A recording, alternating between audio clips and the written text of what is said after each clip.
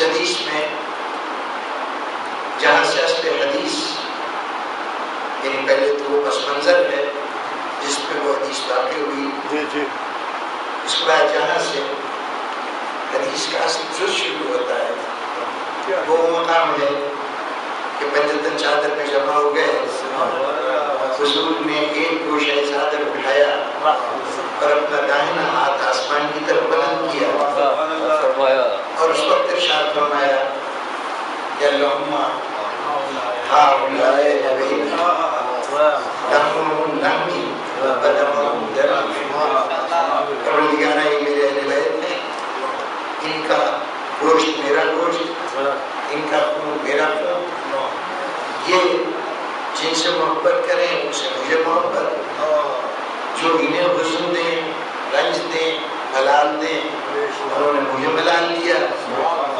اور اس کے بعد ارشاد ہوا انہم منی وانا منہم، یہ سب مجھ سے ہیں اور میں ان سے ہوں۔ ہدیہ سلام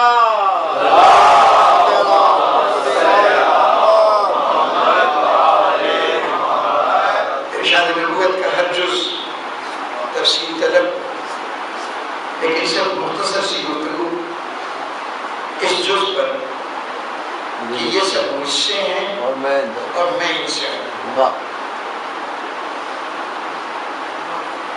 آج کل بہت سی انتشار پر مبنی باتوں میں ایک بات کبھی کبھی یہ بھی سنائی دیتی ہے کہ اس حدیث سے جیسا کہ کی روایت جن راویوں سے ہوئی ہے وہ سلسلہ اتنا مضبوط نہیں ہے، یہ خود اپنے طور پر ایک درشی طرف موضوع ہے، لیکن ایمان کی مضبوطی ہے۔ علم حدیث کے طالب علم جانتے ہیں کہ حدیث کو ناپنے کا ایک پیمانہ یہ بھی ہے کہ جب کوئی حدیث بحث ہو اور کسی وجہ سے اس کے سلسلہ روات پر اس کے راویوں پر اس میں کوئی اعتراض ہو کہ یہ سلسلہ مکمل نہیں ہے یا اس میں کوئی راوی کمزور ہے، تو اس کے بعد دیکھا جاتا ہے کہ اس حدیث کا متن جو ہے جو اس میں کہا گیا ہے جو ٹیکسٹ ہے یہ کیا کسی اور طریقے سے بھی ثابت ہے؟ اگر وہی بات کسی اور موقع پر بھی ارشاد کی گئی ہو تو پھر اس حدیث کا وہ عیب یا وہ خامی کہ راوی پورے نہیں ہے یا صحیح نہیں ہے وہ عیب دور ہو جاتا ہے اور حدیث قابل قبول ہو جاتا ہے۔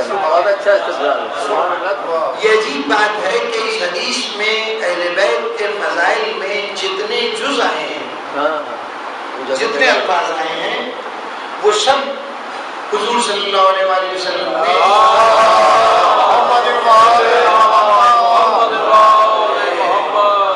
مختلف مواقع پر مختلف احادیث میں افراد کے حوالے سے بھی اور پوری جماعت اہل بیت کے حوالے سے بھی ان الفاظ کی تکرار فرمائی۔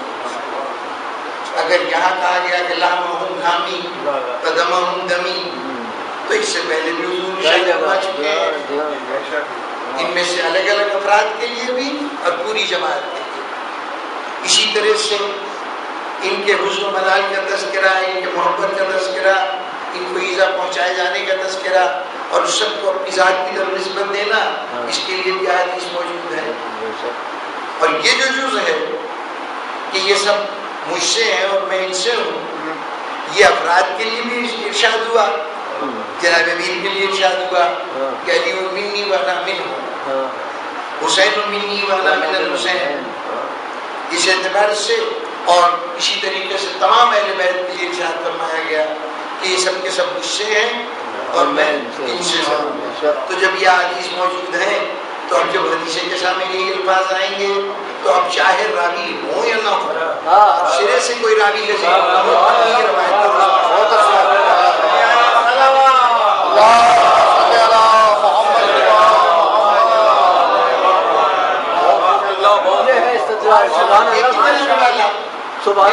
بات تھی۔ یہ ایک اہم پہلو ہے کہ یہ انداز گفتگو، یہ پیرایہ بیان جس میں دو طرفہ بیان ذکر ہو کہ یہ مجھ سے ہیں اور میں ان سے ہوں. یہ مخصوص ہے افراد اہل بیت کے لیے. حضور نے کسی اور کے لیے اس انداز میں کہیں گفتگو نہیں فرمائی. بہت سی احادیث، بہت سے لوگوں کی، بہت سی جماعتوں کی فضیلتوں میں مسلمانوں نے اپنے طور پر بھی بنانے کی کوشش کی، لیکن یہ صداقت حدیث کا کمال ہے کہ جو بات رسول نے اہل بیت کے لیے مخصوص کی ہے وہ پھر کسی اور کے لیے فرض کر کر بھی بیان نہیں ہو سکتا. سبحان اللہ. کسی جھوٹ میں بھی وہ نسبت ادھر نہیں. سبحان اللہ. سبحان اللہ. صرف ایک حدیث ہمیں ملتی ہے جہاں اس لفظ کی تکرار کسی اور ذات کے لیے ہے، لیکن وہاں بھی ون وے ٹریفک ہے. سلمان اور منا اہل بیت، سلمان ہمارے اہل بیت میں سے ہے. یہاں پر جوابی طور پر نہیں کہا گیا کہ میں اس سے ہوں. یہ استثناء صرف اہل بیت کو حاصل ہے. چنانچہ جہاں بھی یہ مسئلہ آیا وہاں پر علماء نے ایک مفہوم اس سے یہ نکالا کہ اس کا مطلب یہ ہے کہ ظاہر تمام افراد اہل بیت ان کا وجود جناب رسالت مآب کا ہی جز تھا اولاد رسول ہونے کے حوالے سے. ارچند کے اس فارمولے پر حضرت علی پورے نہیں اترتے. کم از کم وہ جزب رسالت ان معنوں میں جزب رسول نہیں ہے جن معنوں میں حسین علیہ السلام ہے کہ آپ تو ان کا خون اور ان کا لہو ہے، لیکن اس اعتبار سے جناب امیر کے لیے اس کا اطلاق نہیں ہو سکتا. لیکن ایک مفہوم یہ لیا گیا کہ اس سے مراد یہ ہے کہ ان سب کا وجود حضور کا مرہون ملت ہے، حضور ان سب کے بزرگ ہیں، اور جہاں تک ذات کی بقا کا تعلق ہے، جہاں تک ان کے وجود کا تعلق ہے وہ مرہون ملت ہے رسول کا، اور جہاں تک رسول کے نام کی بقا ہے، رسول کے مشن کی بقا ہے، وہ مرہون ملت ہے اہل بیت. اس لیے اہل بیت ہے رسول سے اور رسول ہے اہل بیت سے. اس سے یہ بھی مراد دیا گیا کہ بہت زیادہ قربت کا اظہار ہے کہ تو منشودی من تو شدم والی سطح کہ جہاں میں تو ہو گیا تو میں بن گیا، یہ سب ایک جان ہو گئے، اس کا اظہار ہے. لیکن ایک واقعے کو سامنے رکھ کے اندازہ ہوا کہ یہ منیت جذبات کا اظہار نہیں ہے. رسول اپنے لگاؤ اپنے محبت کا اظہار نہیں کر رہے، بلکہ یہ منصب الہی ہے. سبحان اللہ. سبحان اللہ. سبحان اللہ. کون سا واقعہ؟ 9 ہجری فتح مکہ کے بعد پہلا مرحلہ فتح مکہ رمضان میں ہوئی، اس کے بعد 8 ہجری میں، اس کے بعد ایک حج ہوا ذی الحجہ میں، اس کے بعد 9 ہجری آئی. اس کے اندر ظاہر ہے کہ دوسرا حج کا موقع آیا.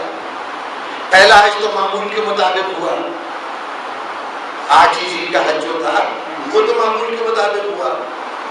9 ہجری کا جب حج آیا تو اس میں حضور کے پاس اللہ کا ایک پیغام پہنچا جسے سورہ برات کہتے ہیں، سورہ توبہ، قرآن مجید کی نئی سورہ.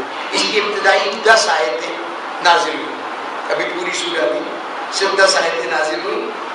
اور حضور نے اس مرحلے پر اب یہ مستدرک حاکم، مستدرک امام احمد بن حنبل، صحیح ترمذی، صحیح نسائی، خصائص نسائی، ان سب کے اندر یہ واقعہ درج ہے کہ حضور نے اس مرحلے پر حضرت ابوبکر کو بلایا اور ان کے سپرد یہ آیات کی کہ یہ آیات لے جاؤ اور جا کے مکے میں کافروں کو سنا دو، وہاں پر ان کا اعلان کرو.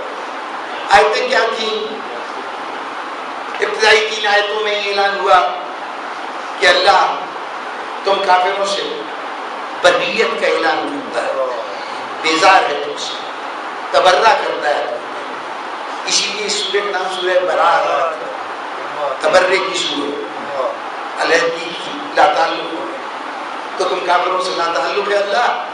اور دیکھو یہ خانہ خدا جو ہے یہ ایک موحد نے، توحید پرست ہے، حضرت ابراہیم نے بنایا تھا، اور اس کے وارث جو ہے وہ توحید پرست ہے. یہ اتنے بہت سے خداؤں کو ماننے والے اس کے وارث نہیں ہو سکتے.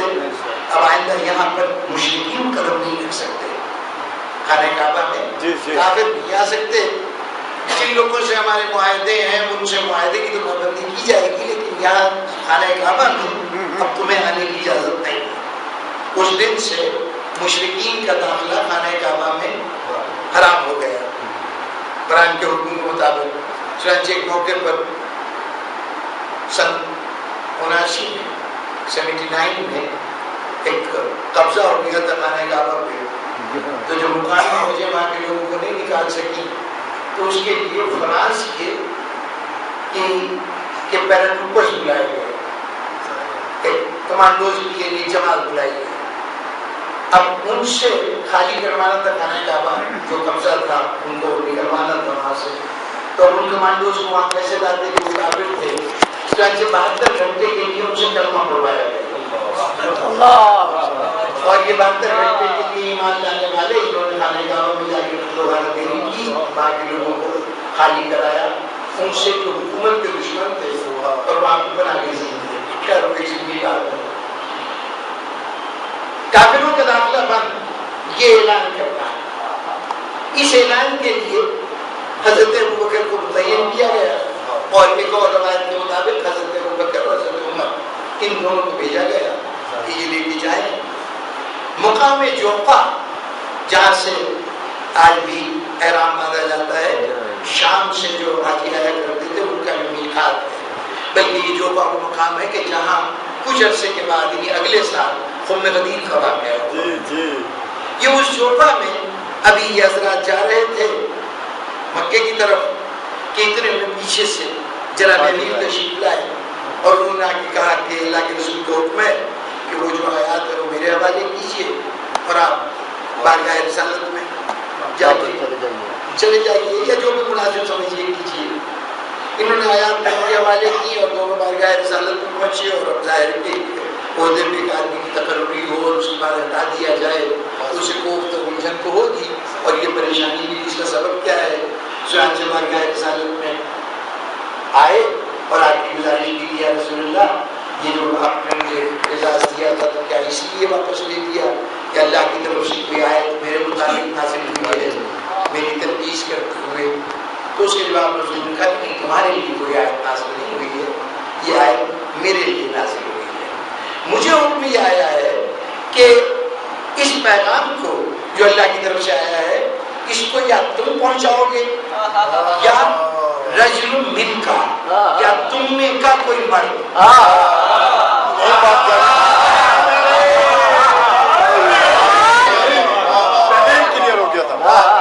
اچھا یہاں پر ہی ذرا رک کے غور فرمائیے کہ ظاہر ہے کہ یہ منصب علی ابن ابی طالب کو سپرد ہونا ہے، جناب امیر کو سپرد کیا جا رہا ہے. کوئی رسول اللہ کو انتخاب نہیں کرنا کہ ان 3-4 میں سے کس کو بھیجا جائے، میں علی ابن ابی طالب کا ہی تقرر ہونا ہے. کیوں نہیں یہ کہہ دیا گیا کہ ابھی یا تو تم پہنچاؤ یا علی پہنچائے؟ یہ رجل من کا، تم میں سے کوئی مرد، وہ مرد جو تم سے ہو. اس کا مطلب ہوا کہ نیت جو ہے یہ کسی عہدے کا نام ہے، یہ کسی طبقے کی شناخت ہے، کوئی خاص وجہ ہے کہ اس لفظ سے مخاطب کیا جا رہا ہے. اب بس یہی مسئلہ غور طلب ہے کہ آخر یہ عہدہ کیا ہے اور اس اعتبار سے اہل بیت کا منصب کیا بنتا ہے. یہ کہنا کہ یہ پیغام تم پہنچاؤ یا کوئی ایسا مرد جو تم میں سے ہو، یہ کیوں؟ قرآن مجید کی ساری آیتیں آج بھی آپ پڑھتے ہیں، اور اگر کسی غیر کو قرآن مجید کا کوئی حکم سنانا ہو تو آپ قرآن سے پڑھ کے سنا سکتے ہیں. اس آیت کے اندر یہ حکم پہنچایا گیا ہے.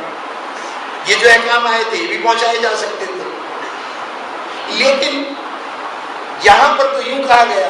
ایک اور موقع پر فرائض نبوت بتاتے ہوئے وہاں بھی قرآن سے ملتا جلتا ایک لفظ استعمال ہوا فرض کے اعتبار سے کہ وہاں کہا گیا کہ ہم نے جو رسول تم میں مبعوث کیا ہے یہ کس لیے فرض مبعوث کیا ہے تاکہ یتلو علیہم آیاتہم ویزکیہم ویعلمہم الکتاب والحکمہ، یہ تم پر میری آیتیں پڑھے، تمہیں میری آیتیں پہنچائے، تلاوت کرے ان آیتوں، بہت اچھا سبجیکٹ ہے، بہت تزکیہ کرے تمہارے نفوس کا اور تمہیں کتاب و حکمت کی تعلیم۔ بہت اچھا۔ یہ تلاوت کا حکم رسول کو کیوں؟ جی جی جی جی یہ حکم تلاوت ذات رسالت کو کیوں؟ یتلو علیہم آیاتہم، بھائی ٹھیک ہے جی کہ کوئی بھی سنا سکتا ہے، یعنی اگر سنانے کے جہاں تک تلاوت کا تعلق ہے، آج ماشاءاللہ ساری ملت اسلامیہ تلاوت کرتی ہے اور سعادت سمجھتی ہے تلاوت کرنا، ایک سے ایک خوشحال قاری موجود ہے، لیکن اللہ جب آیت کو نازل کر رہا ہے تو رسول سے کہہ رہا ہے کہ اس کی تلاوت کرنا تمہاری ذمہ داری ہے، تو اس کا مطلب ہے کہ کوئی اور تلاوت نہ کرے، یہ تو مخصوص ہے بنیزہ رسالت کے ساتھ، ہمارے آپ کے ساتھ نہیں۔ اس کا مطلب یہ ہے کہ جب پہلی مرتبہ یہ پیغام تم تک پہنچے، امت تک پہنچے، تو کسی اور کی زبان سے نہیں، رسول کی زبان سے پہنچے۔ کیوں؟ یہ شرط کیوں کہ ان کی زبان سے پہنچے؟ سورہ جن میں ایک مقام پہ ارشاد ہوا کہ جس وقت اللہ کا حبیب ہمارا پیغام تمہیں پہنچا رہا ہوتا ہے تو اس وقت ہمارے فرشتے متعین ہوتے ہیں کہ اس پیغام کے تم تک پہنچنے کے درمیان کسی قسم کی مداخلت نہ ہونے پائے، یعنی شیطان اس میں کبھی بیشی نہ کرنے پائے۔ ہمارا رسول ذمہ دار ہے اور وہ پوری ذمہ داری سے ہمارے پیغام کو تم تک منتقل کرتا ہے۔ ذمہ داری کا تقاضا تو یہ ہو گیا کہ وہ قرآن کی آیتوں کو آپ تک پہنچائے، لیکن اس ذمہ داری کا یہ مطلب کہ یہ کام صرف رسول کرے، آخر اس میں کیا مسئلہ ہے؟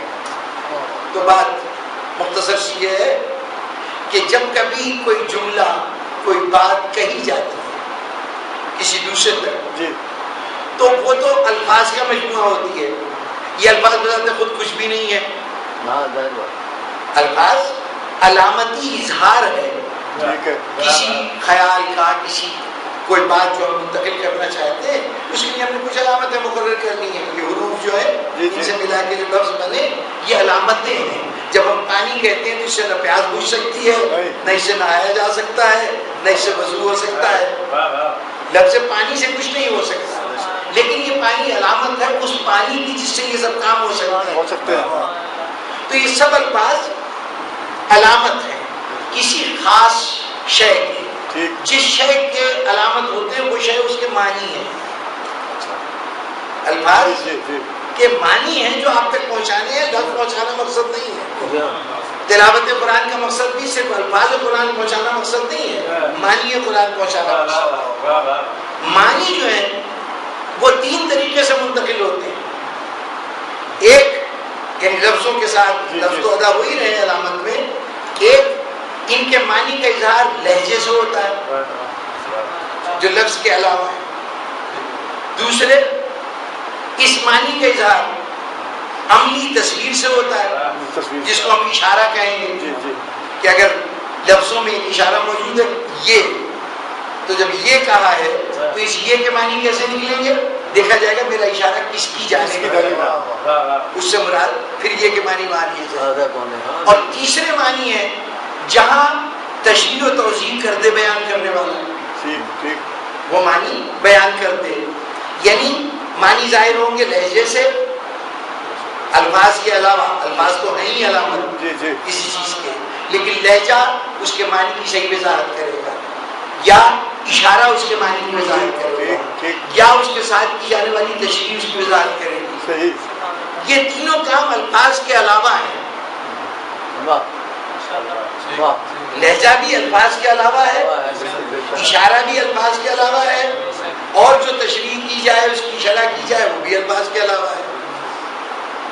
چونکہ معنی ان تینوں کے ہونے سے کچھ کے کچھ ہو سکتے ہیں، لفظ کچھ ہو اس کے معنی کچھ ہو سکتے ہیں، یہ تینوں اجزاء ضروری ہیں اس کے صحیح معنی کے دوسروں تک منتقل کرنے کے، اس لیے وہ اس بات کو پہنچائے جس کا لہجہ بھی معصوم ہو، جس کا اشارہ بھی معصوم ہو، جس کی تشریح بھی معصوم ہو،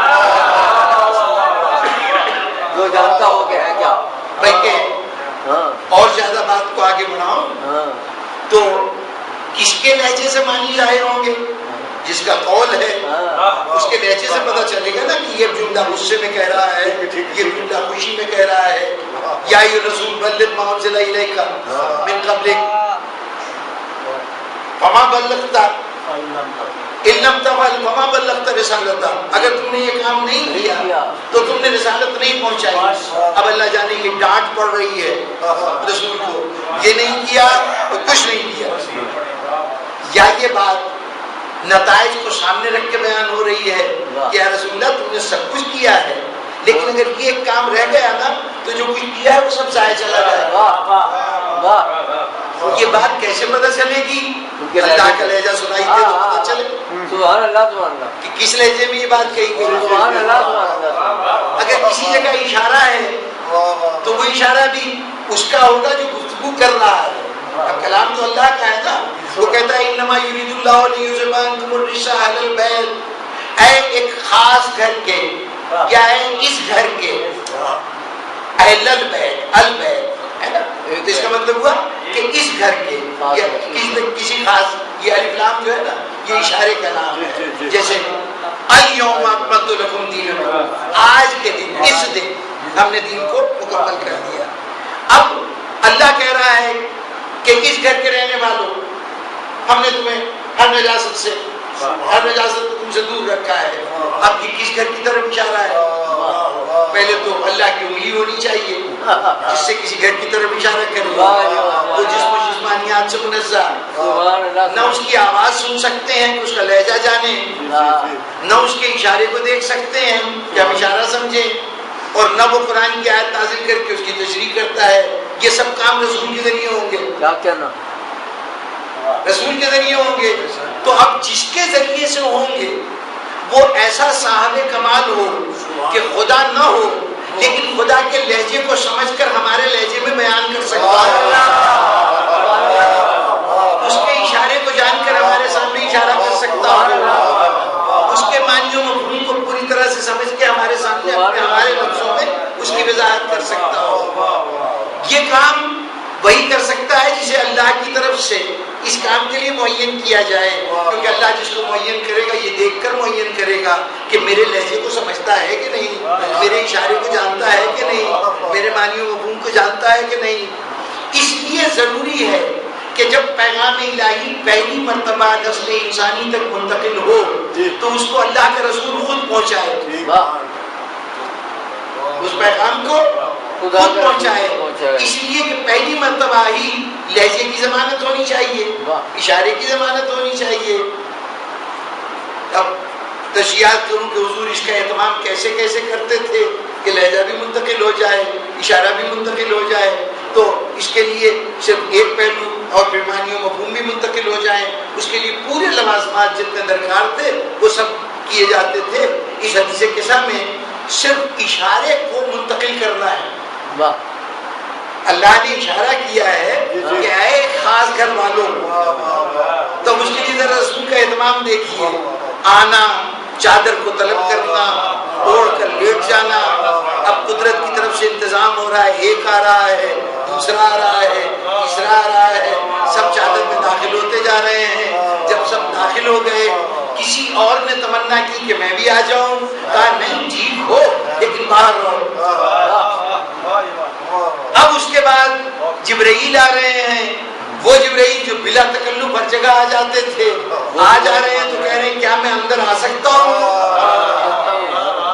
یہ اہتمام بتا رہا ہے کہ رسول یہ چادر تان کے نہیں لیتے، ایک گھر بنا رہے ہیں تاکہ جب اللہ اشارہ کرے سمجھ میں آ جائے کس گھر.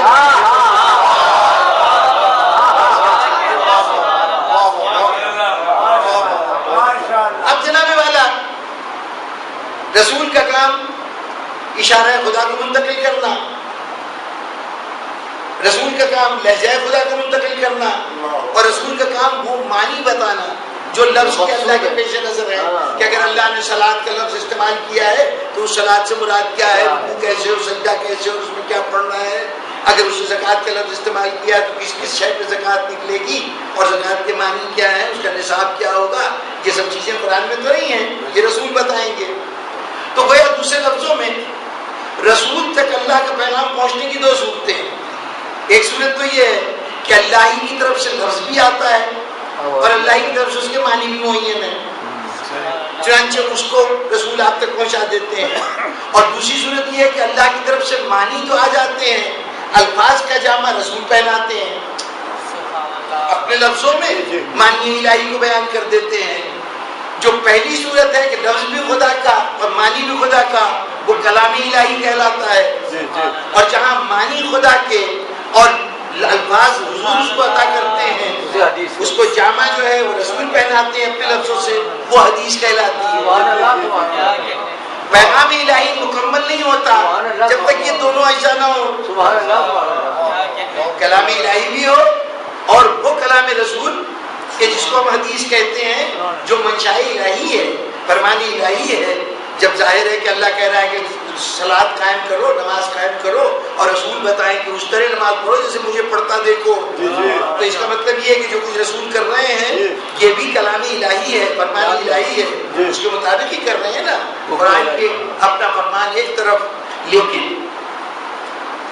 ایک صاحب نے سوال کیا، جتنی سی بات ہے، ایک سوال کیا کہ صاحب یہ جو ارشاد ہوا ہے کہ وما ينطق عن الهوى الا وحی ہوا، یہ ہمارا امین تو کلام ہی نہیں کرتا سوائے اس کے کہ جو اس پہ وحی کی جاتی ہے، یہ حضور کے کس کلام کے لیے ہے؟ کیا صرف یہ قرآن مجید کے لیے ہے یا قرآن مجید کے علاوہ ساری زندگی کے کلام کے لیے ہے؟ تو اب اس کا یعنی ان کا مراد یہ تھی کہ در حقیقت درسوں کو کہنا نہیں چاہتے تھے کہ یہ جو ارشاد ہوا ہے کہ میرا رسول کلام نہیں کرتا سوائے میری وحی ہے، تو اس کا مطلب ہے کہ جتنا وہ قرآن سناتا ہے وہ اللہ کی وحی ہے، صرف اس کی ضمانت اللہ دے رہا ہے۔ اگر اس کی ضمانت دے رہا ہے تو ضمانت دینے کی ضرورت ہی کوئی نہیں، اس لیے کہ قرآن تو خود کہہ رہا ہے کہ یہ اللہ کی طرف سے نازل ہوا ہے۔ جب وہ اللہ کی طرف سے نازل ہوا تو اس پہ پھر مزید یہ کہنے کی کیا ضرورت ہے کہ یہ رسول اپنی طرف سے نہیں بیان کر رہا، میں بیان کر رہا ہوں۔ اور پھر اس صورت میں رسول کے اس صورت میں اللہ کے اس فرمان کی اہمیت کیا رہ جاتی ہے؟ بھائی رسول ایک بات کو کہہ رہا ہے یہ خدا کا کلام ہے، ایک شخص کو یہ شبہ ہے کہ یہ خدا کا کلام ہے کہ نہیں، رسول اسی زبان سے کہتا ہے کہ میں اس وقت تک کلام، اللہ یہ فرما رہا ہے کہ یہ نبی کلام نہیں کرتا جب تک اس پہ وحی نہ ہو، تو کہے گا کہ جو کچھ پہلے کہہ رہے تھے مجھے اس پہ شک نہیں، اس پہ یقین نہیں ہے، تو اس جملے پہ کیوں یقین آئے گا؟ یہ دلیل کس کے کام آئے گی؟ یہ دلیل کس کو قائل کرے گی؟ وہ جو قرآن مجید کو خدا کا کلام نہیں سمجھ رہا، اس پہ وہ الجھ رہا ہے کہ یہ خدا کا کلام ہے کہ نہیں۔ اب رسول اس پہ ایک آیت اور سنا دے کہ اس میں کہا جائے یہ خدا کا کلام ہے، تو اس سے کیا ثابت ہوا؟ ایسی دلیل کو کوئی عدالت تسلیم کرے گی؟ اس کے لیے تو خارجی شہادت کی ضرورت ہے۔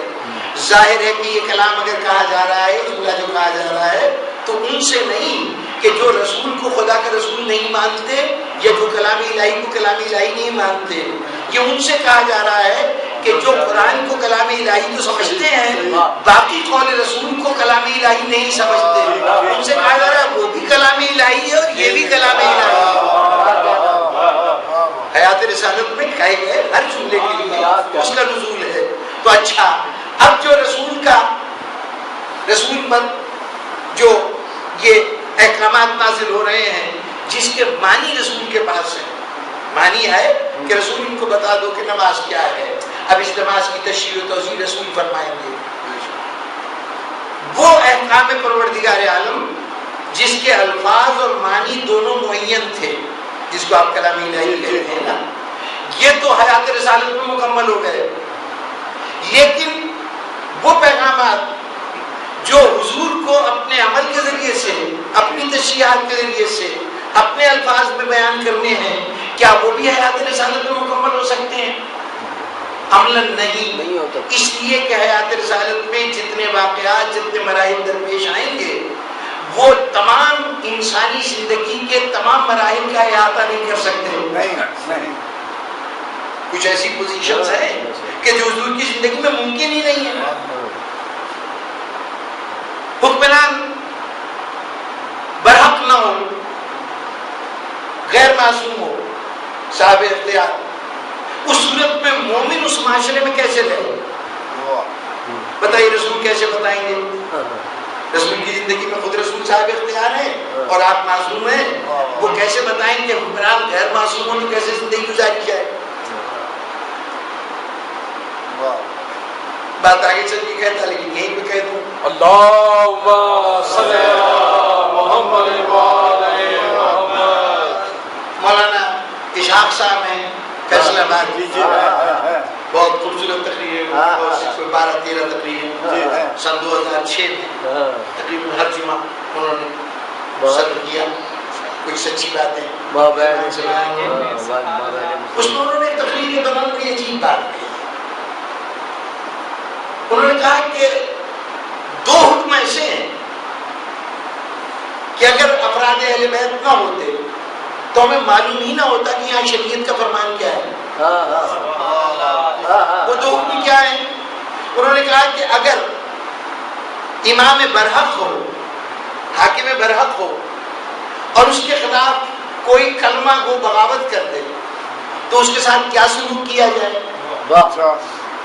ایک مرحلہ ظاہر حضور کے زمانے میں تو یہ ایسا نہیں ہوا نا کہ کسی مسلمان نے حضور کے خلاف بغاوت کی ہو، تو ہمیں کیا معلوم کہ اس کے ساتھ کیا سلوک کیا جائے؟ حیات رسالت میں ہمیں اس کی کوئی مثال نہیں دی۔ اور دوسری جگہ یہ ہے کہ کوئی حاکم ہو، صاحب تخت و تاج ہو اور وہ اللہ سے بغاوت کر دے تو اس پر رد عمل کیا ہونا چاہیے؟ حضور کے زمانے میں پھر اس کی گنجائش نہیں ہے، حضور حاکم ہے، ان کو تو خدا کے پیغمبر ہیں، ان کے بغاوت کا کیا سوال ہے؟ کوئی حاکم ہو اور اللہ سے بغاوت کر دے تو کہا جب امام برحق کی کوئی کے خلاف بغاوت کرے قیامت تک ہمیں شریعت کا حکم نہ معلوم ہوتا اگر علی نے ابھی تعریف نہ ہوتے۔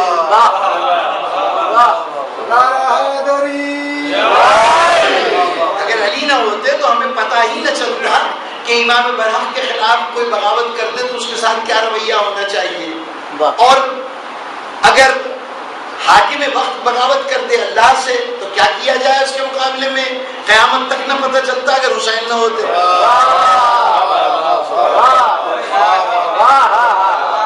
اب 2 احکام شریعت نہیں معلوم کہ یہاں منشاء الہی کیا ہے، یہاں اللہ ہم سے کیا عمل چاہتا ہے، اگر علی نہ ہو حسین نہ ہو۔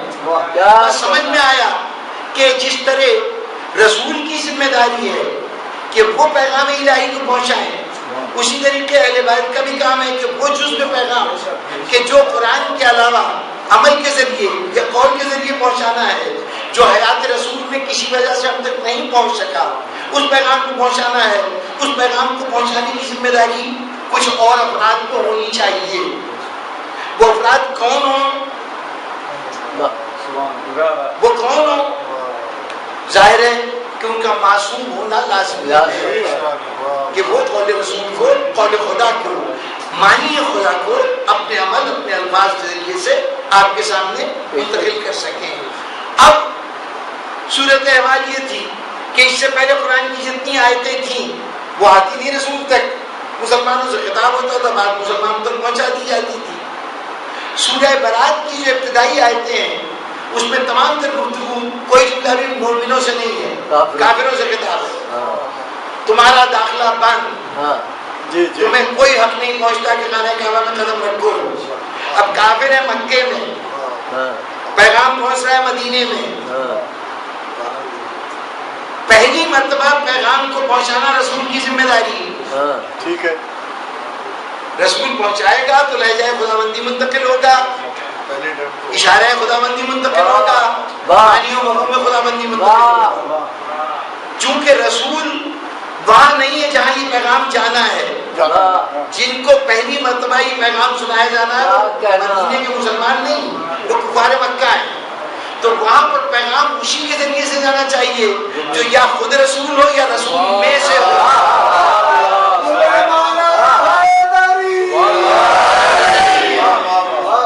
منیت کا مطلب ہے عصمت کا وہ مقام جہاں پیغام الہی کو صحیح طور پر سمجھ کر پہنچانے کی صلاحیت اس طرح ہو جیسے رسول کو حاصل ہو۔ یہ منصب تبلیغ میں شرکت ہے. سبحان اللہ سبحان اللہ. جو منصب تبلیغ ہے نا رسول کا، جس کے لیے رسول آیا ہے، اس کے اندر شراکت ہے ان شخصیتوں کی جن کو پیغام پہنچانے کی ذمہ داری سونپی گئی ہے. اور ان کے لیے اللہ کے رسول نے لفظ انتخاب کیا ہے منیت کا. دیکھیں یہ اس بات کی تائید میں ایک اور صورتحال ہے. جنگ احد میں جب وہ صورتحال ہوئی کہ دشمنوں نے بھرپور حملہ کر دیا اور ہر طرف آواز گونجی کہ نعوذ باللہ محمد مارے گئے، یہ جملہ سنا گیا، تمام مسلمان میدان چھوڑ چھوڑ کے بھاگ گئے. اس وقت حضرت علی علیہ السلام تھے کہ کبھی دائیں طرف سے حملہ آور کو کاٹ رہے تھے اور کبھی بائیں طرف سے کر رہے تھے، جنگ کر رہے تھے.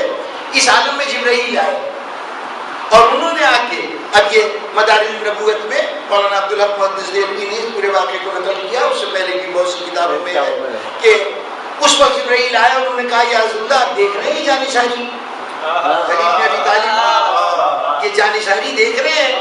تو حضور نے اس کے اوپر کہا کہ کیوں نہ ہو علی منی و انا منہ، علی مجھ سے ہے اور میں علی سے ہوں.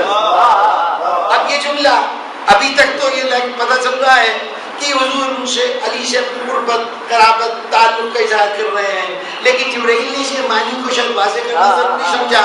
حضور نے کہا کہ علی منی و انا منہ، یہ جو کچھ تم دیکھ رہے ہو جانشاری کیوں نہ ہو علی مجھ سے اور میں علی سے ہوں. انہوں نے فوراً کہا جبرائیل نے آگے بڑھ کے انا منکما، اور میں آپ دونوں میں سے ہوں. اب جبرائیل کی کون سی رشتہ داری تھی، رسول سے یا علی سے؟ یہ رشتے کی بات نہیں ہے. تبلیغ میں رسول کے ساتھ علی شریک اور پیغام کو لانے میں اللہ کے پیغام میں جبرائیل شریک.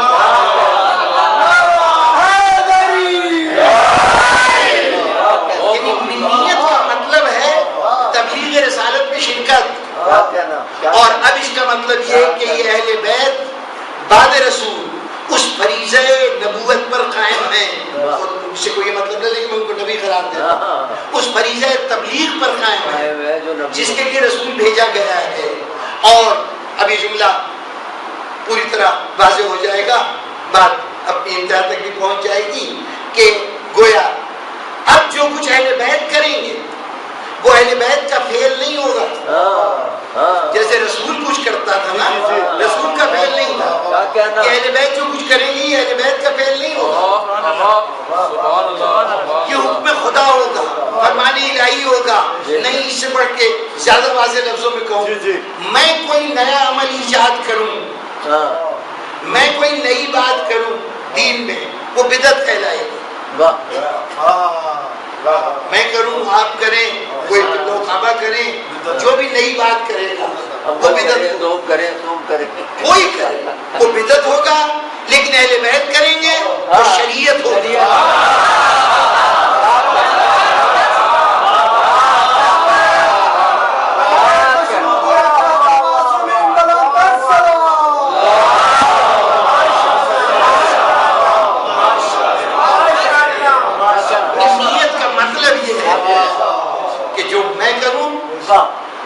میرا فعل نہیں، خدا کا فعل ہے. اور جو کچھ میں کروں وہ حجت ہے تمہارے لیے، وہ شریعت ہے. تو اہل بیت بھی جو کچھ کریں وہ شریعت ہے. جس سے لڑے اس سے لڑنا شریعت، جس سے دوستی کرے اس سے دوستی کرنا شریعت، جسے قریب بلائے اس کو قریب بلانا شریعت، جس کو دور ہٹائے اس کو دور ہٹانا شریعت.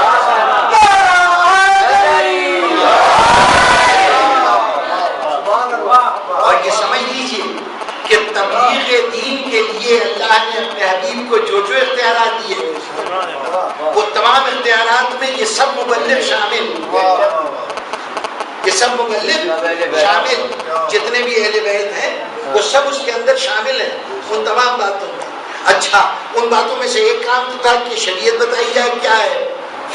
اس کو اختیار تشریع کہیں گے، شرعی اختیارات. لیکن نبی صرف اختیار شرعی نہیں رکھتا تھا، وہ اختیار تکوینی بھی رکھتا تھا. تکوینی وہ کام جو اللہ کن کہہ کے کرتا ہے، ہو جا آ جاتا.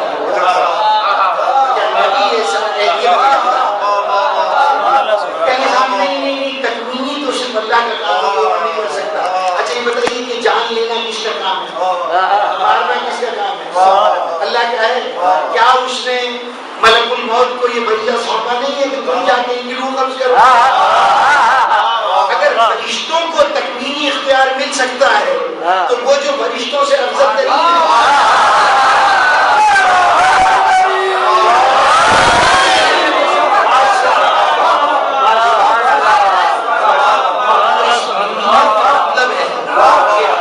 تکوینی بھی اہل بیت کے پاس۔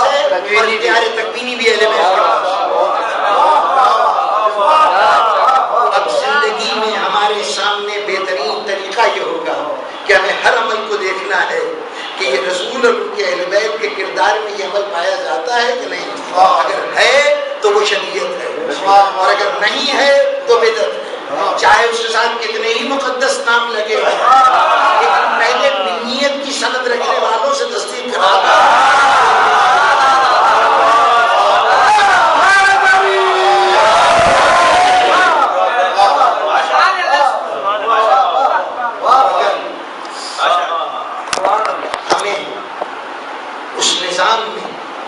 یہ نظر آ جائے۔ دیکھیے اگر میں آج کہوں کہ میرے جنازے کو اس طرح سے نکالا جائے، میں مر جاؤں تو میرے جنازے کو یوں اٹھایا جائے، 4 آدمیوں کے بجائے 8 آدمی اٹھائیں، یا کسی گاڑی پہ لے جا کے دفن کیا جائے، تو یہ جتنی باتیں کہوں گا یہ میری طرف سے بدعت ہوگی، شریعت کے قواعد کو میں بنا رہا ہوں۔ لیکن اگر سیدہ ہی کہ میرے جنازے کو تابوت کی شکل، تو اس کا مطلب یہ ہے کہ یہ تابوت شریعت بن گیا۔ یوں سستی نے کیا ہے کہ اب یہ تابوت شریعت بن گیا۔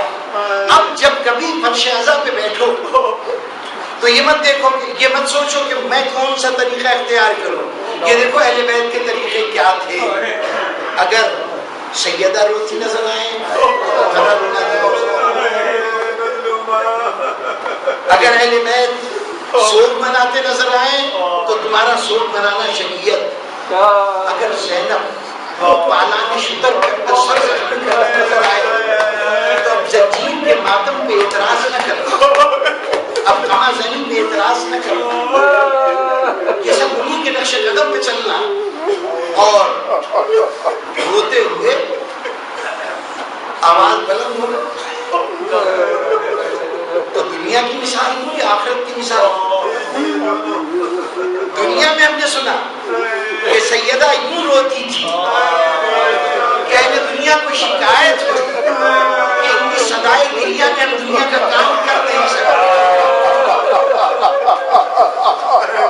سنا ہے نا آپ حضرات؟ یہ تو دنیا کی بات ہے۔ چند کے اس روایت میں بہت سے سوالات ہیں کہ سیدہ کا رونا آخر کیسے اہل مدینہ کے لیے باعث تکلیف ہے؟ ایک بی بی اپنے گھر کی طرح نہیں، اگر آنسو بہاتی تھی بلند آواز سے بھی روتی ہو، تھوڑی آواز جاتی ہے۔ پھر اہل مدینہ کے جناب امیر کے پاس آنا، جناب روایت صحیح ہے لیکن سیاست زمانہ کے تقاضوں نے روایت کی کچھ اجزاء کو صحیح طور پر منتقل نہیں ہونے دیا۔ یہ جو کہا گیا نا اہل مدینہ آئے تھے، اہل مدینہ کا کوئی جواز نہیں بنتا کہ سیدہ آپ کے گھر میں روئے تو مدینے والے آ کے کہیں کہ ہم کام نہیں کر سکتے۔ جی نہیں، یہ اہل مدینہ کی شکایت نہیں تھی، کچھ بیویاں تھیں جو روضہ رسول کے ساتھ ہی اپنے حجروں میں رہتی تھی۔ جب سیدہ روتی تھی رونے سے کوئی اذیت نہیں ہوتی تھی، ان کے کام میں کوئی رکاوٹ نہیں ہوتی تھی۔ مشکل یہ تھی کہ ان کو بھی دعویٰ تھا کہ اپنی رسول سے بہت قریب ہے، سیدہ کو بھی قربت کی نسبت تھی۔ سیدہ جب ہر وقت سوگوار رہتی تھی، ان بیویوں کے لیے بڑی مشکل ہو جاتی تھی کہ وہ اہل دنیا کو کیا منہ دکھائے کہ تو یہ حال ہے اور یہ دنیا کی سیاست۔ یہ صرف ان کی طرف سے تقاضا ہے تھا کہ سیدہ رونے نہ پائے۔ اسی وقت کی حدیثیں کہی گئی کہ رونے سے مرنے والے کو اذیت ہوتی ہے، یہ اسی وقت کی باتیں ہیں۔ پر تو یہ پابندیاں لگتی رہی، لیکن اس روایت نے ہمیں جواز فراہم کر دیا کہ اپنے فرش اعظم میں بیٹھے تو ہماری آواز بلند ہوتی ہے۔ یہ تو اس دنیا دنیا کی بات، لیکن ایک اور معصوم نے اس کی وضاحت کر دی، بس اسی میں گفتگو ختم کہ ایک مرتبہ امام جعفر صادق علیہ السلام، امام محمد باقر علیہ السلام فرش ازا بچا ہوا، شاعر مرثیہ پڑھ رہا ہے، امام حسین علیہ السلام کی شاعر مرثیہ پڑھ رہا ہے، تصور کیجیے کتنے لوگ بیٹھے ہوئے ہیں، یہاں پر صرف نام آتا ہے آپ کی آنکھوں میں آنسو آ جاتے ہیں، وہاں امام باقر خود موجود ہیں، خاص متعلقین ہیں، نتیجہ یہ ہے کہ جب وہ شعر پڑھتا گیا مجمع میں انڈیا اس میں ایک مرتبہ جیسے ہی شعر ختم ہوئے امام مخاطب ہوئے اپنے شاعری ابو بشیر کی طرف، ابو بشیر تم روئے نہیں، جب کا تذکرہ ہوا تم روئے نہیں، ابو بشیر نے بھیگا ہوگا رومال آگے کر دیا، یہ دیکھیے مانا آنسوؤں سے